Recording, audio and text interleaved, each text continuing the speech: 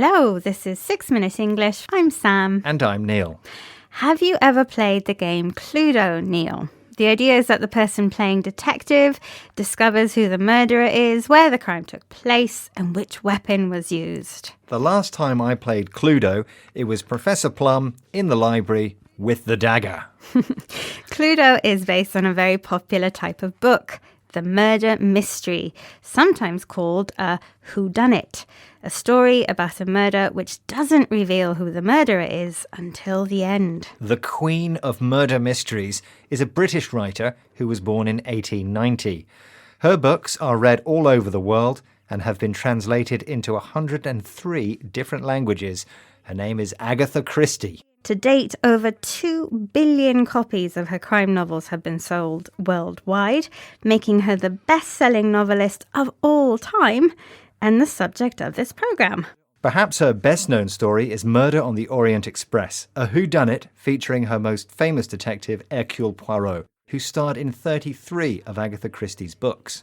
More about that later, but as usual, I have a quiz question for you, Neil. Poirot may be Agatha Christie's most famous detective, but he isn't her only one. So who is Agatha Christie's other fictional detective? Is it A, Hetty Wainthropp, B, Jessica Fletcher, or C, Miss Marple? I'll guess it's A, Hetty Wainthropp. Okay, Neil, I'll reveal the answer at the end of the programme. As mentioned, one of Agatha Christie's most famous books is Murder on the Orient Express. The story takes place on a train travelling from Istanbul in Turkey to Calais in northern France. Listen as writer and Agatha Christie superfan Harriet Gilbert summarises the story for BBC World Service programme World Book Club. Poirot is on the train, heading back home to England from Syria, when two unconnected events take place.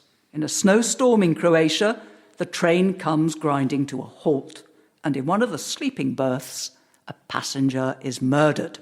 Since it's impossible for anyone to have reached the isolated snow-trapped train or to have escaped from it without leaving telltale footsteps in the snow, the killer can only be one of the dozen people sharing Poirot's coach. Yet as he starts to investigate, it seems that each of them has an alibi for the time of the murder. Impossible? Well, Poirot's certainly perplexed. During a snowstorm, the express train comes to a grinding halt.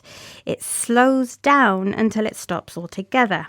Then someone is murdered. The murderer can't have escaped without leaving telltale footprints in the snow.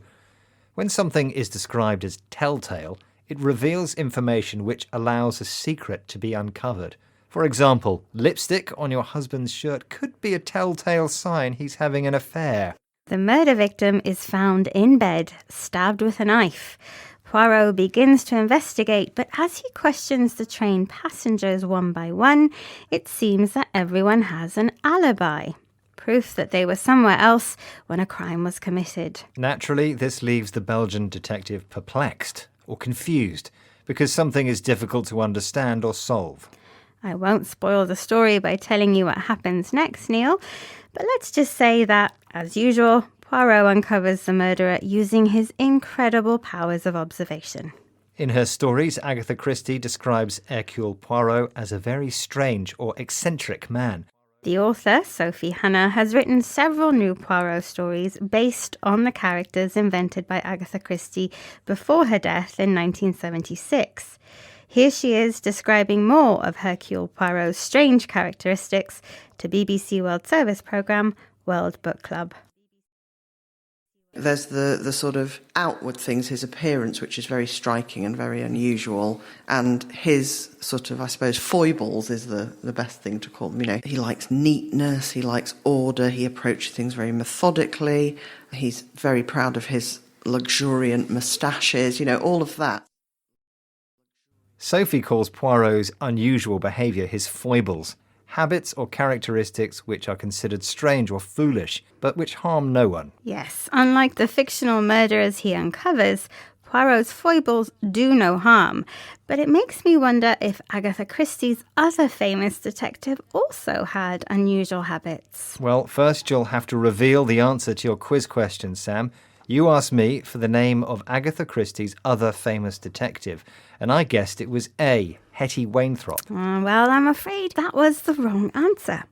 In fact, Miss Marple was the name of Agatha Christie's second most famous character, although Hetty Wainthropp is a fictional detective on TV. Well, now that we've solved the murder and revealed the correct answer, let's recap the vocabulary, starting with whodunit, a murder story which does not tell you who the murderer is until the end. In the whodunit Murder on the Orient Express, the train comes to a grinding halt. It slows down until it stops altogether. A telltale sign reveals hidden information so that a secret can be revealed. An alibi is proof that you were somewhere else when a crime was committed. To be perplexed means to be confused because something is difficult to understand. And finally, someone's foibles are their strange but harmless habits or behaviour. That's all for our 6-minute investigation into the mysterious world of Agatha Christie. Goodbye for now. Goodbye.